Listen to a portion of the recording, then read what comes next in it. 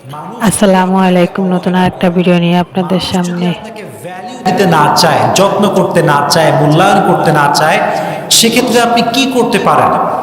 ইসলাম এই ক্ষেত্রে কি সাজেশন দিয়েছে, রসুল করিম সাল্লাল্লাহু আলাইহি ওয়াসাল্লাম কি বলেছেন, এটা আমরা আজকে জানব। আলোচনাটা শুরু করার পূর্বে প্রথমে একটা হাদিস শেয়ার করতে চাই। عن أبي هريرة رضي الله تعالى عنه أنه قال قال رسول الله صلى الله عليه وسلم سل من قطعك وأحسن إلى من أساء إليك واعف عمن ظلمك। ইসলাম যে কত সুন্দর, অগ্রিম সকলেই পড়েন সুবহানাল্লাহ। ইসলাম যে কত সুন্দর।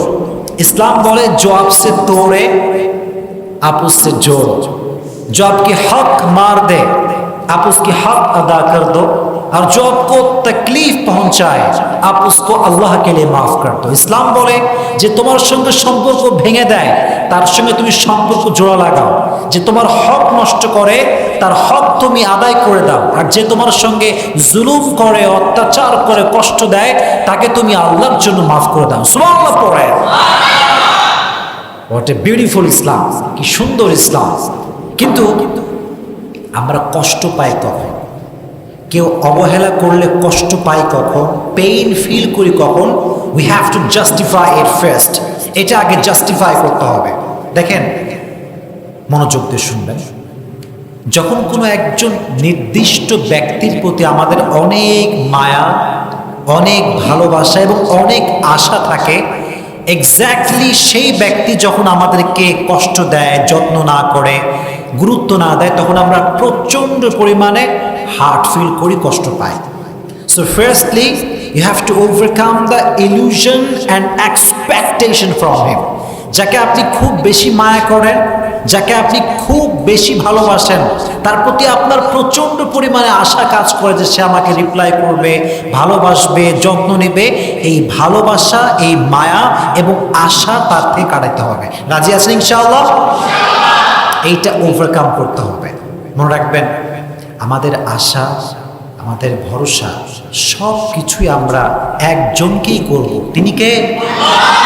You have to put your trust on your Lord. রবকে ভরসা করবেন। আর মনে রাখবেন, always keep it in your mind, মাথায় রাখবেন যে দুনিয়াতে আপনি কারো কাছে গুরুত্ব ভিক্ষা চাওয়ার জন্য আসেন নাই। দুনিয়াতে আপনি কারো কাছে মায়া ভিক্ষা করার জন্য আসেন নাই যে ভাই আমার একটু ভালোবাসা দাও, আমার একটু মায়া দাও, আমাকে একটু ভালোবাসা দাও। নো, এটা আপনার জব নয়, এটা আপনার দায়িত্ব নয় যে আপনি ভালোবাসা ভিক্ষা করে বেড়াবেন। না, এটা আপনার দায়িত্ব নয়।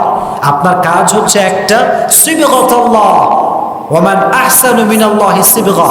দুনিয়াতে আপনার কাজ হচ্ছে আল্লাহর রঙে রঙিন হয়ে যাবেন, পুরো দুনিয়াটাই আপনার হয়ে যাবে। সুবহানাল্লাহ পড়ে। মানুষের থেকে আশা, মানুষের থেকে গুরুত্ব চাওয়ার যে আমাদের পার্সোনালিটি, যে মেন্টালিটি, এটা রাখা যাবে না। রাজি আছেন ইনশাআল্লাহ? So firstly you have to overcome the illusion and expectation from him.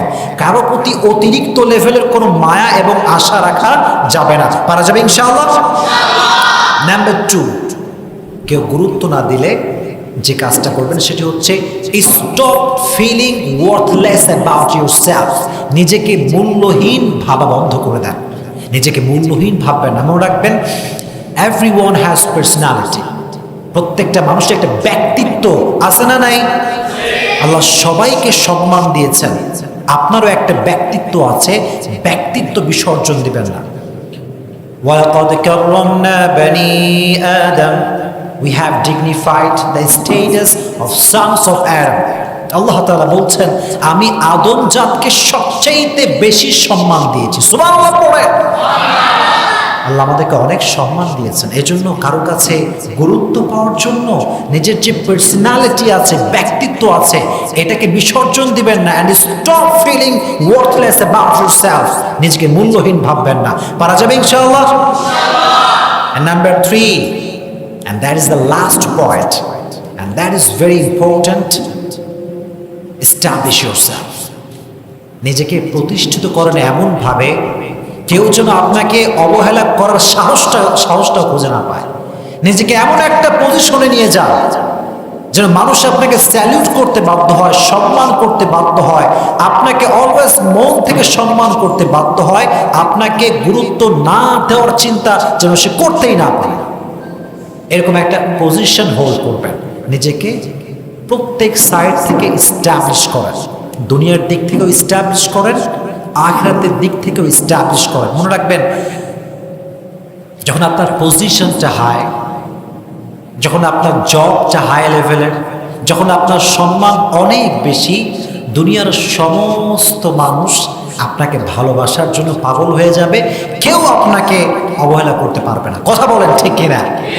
এই জন্য প্রিয় ভাইরা, এস্টাবলিশ ইউরসেলফ। নাম্বার 1 যেটা বলেছিলাম সেটা হচ্ছে কারো প্রতি মায়া এবং আশা রাখা যাবে না।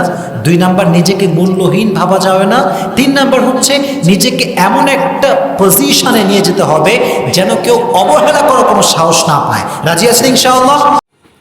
আজকের ভিডিওটা যদি ভালো লাগে চ্যানেলটাকে সাবস্ক্রাইব, লাইক অ্যান্ড শেয়ার করে দিবেন। আজকের মতো এখানে বিদায় নিচ্ছি। আল্লাহ হাফেজ। আসসালামু আলাইকুম।